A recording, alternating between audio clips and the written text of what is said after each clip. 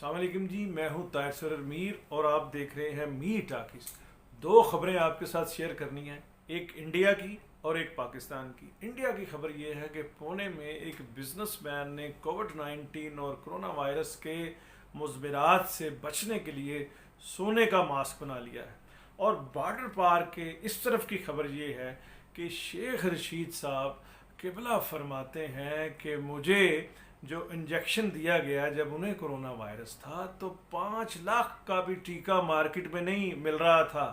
اور N D M اے نے انہیں وہ ٹیکہ دیا، ٹیکہ لگایا تو فوراً وہ تندرست و توانا ہو گئے۔ اب شیخ صاحب کو یہ جو ٹیکہ لگا ہے وہ تو اس کا تو نام نہیں پتہ، لیکن شیخ صاحب خود سیاست کے لیے، اس ملک کے لیے کئی برسوں سے کلنک کا ٹیکہ بنے ہوئے ہیں۔ بھائی بات یہ ہے کہ شیخ صاحب آپ کو تو 5 لاکھ کا ٹیکہ لگ گیا، اور جو 4172 لوگ بیچارے پاکستانی بیچاروں مددگار کرونا وائرس سے اس دنیا سے سدھار چکے ہیں، ان کو تو وہ این ڈی ایم اے نے وہ ٹیکہ 5 لاکھ والا نہیں لگایا جو آپ کو لگ گیا۔ اب کرونا کی صورتحال یہ ہے کہ ہمارے ملک میں 2,28,474 لوگ جو ہیں وہ ہو چکے ہیں، ان کے ٹیسٹ ہیں کہ وہ کرونا سے افیکٹڈ ہے۔ اچھی خبر یہ ہے ساتھ ہی کہ 1,29,830 لوگ جو ہیں ریکور بھی ہو چکے ہیں۔ اچھا، شیخ صاحب کا کام یہ ہے کہ وہ تھوڑا فرنٹ فٹ پہ آ کے کھیلتے ہیں، اور ساتھ میں یہ کہہ رہے ہیں کہ جی جو اتنا خطرہ جو ہے حکومت کو، پی ٹی آئی حکومت کو اپوزیشن سے نہیں ہے، کیونکہ اپوزیشن تو نکمی اور نااہل ہے شیخ صاحب کی نظر میں، اور یہ کہہ رہے ہیں کہ وزراء سے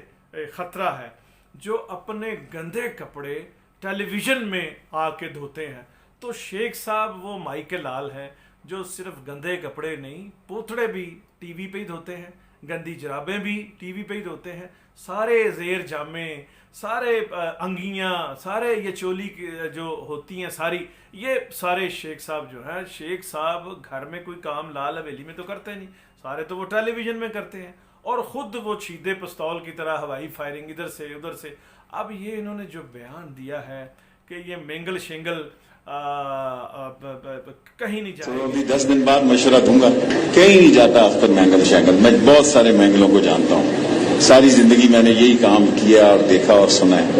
عمران خان جو ہے وہ وقت کی ضرورت ہے، پاک فوج کے ادارے جمہوریت کے لیے،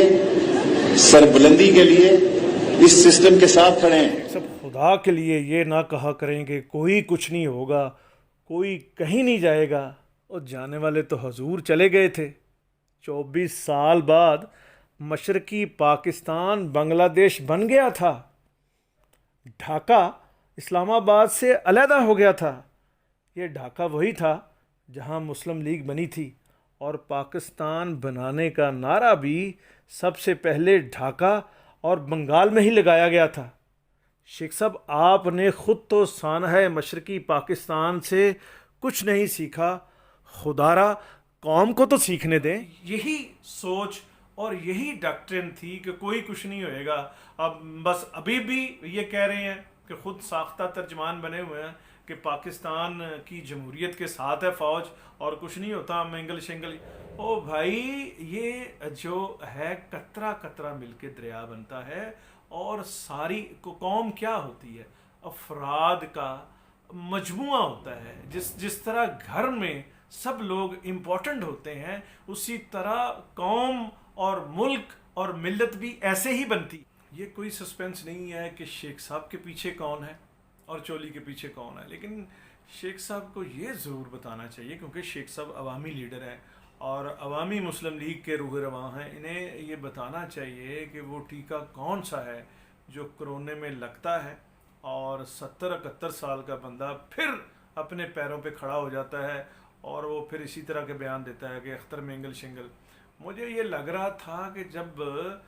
شیخ صاحب ہوں یا کوئی بھی ہو، جب کرونا جو ہے، ہمیں عام لوگوں کو یہ پتا ہے کہ 50-50 ہے، یا آر تو یا پار ہے نا، تو یہ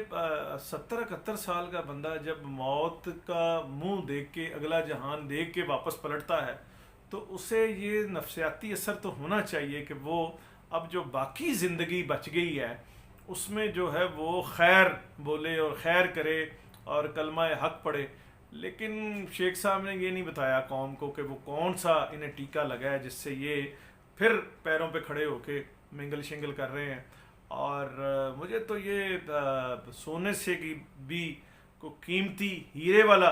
ٹائپ ٹیکہ لگ رہا ہے, ڈائمنڈ پینسلین ٹائپ کو ٹیکہ لگ رہا ہے. اور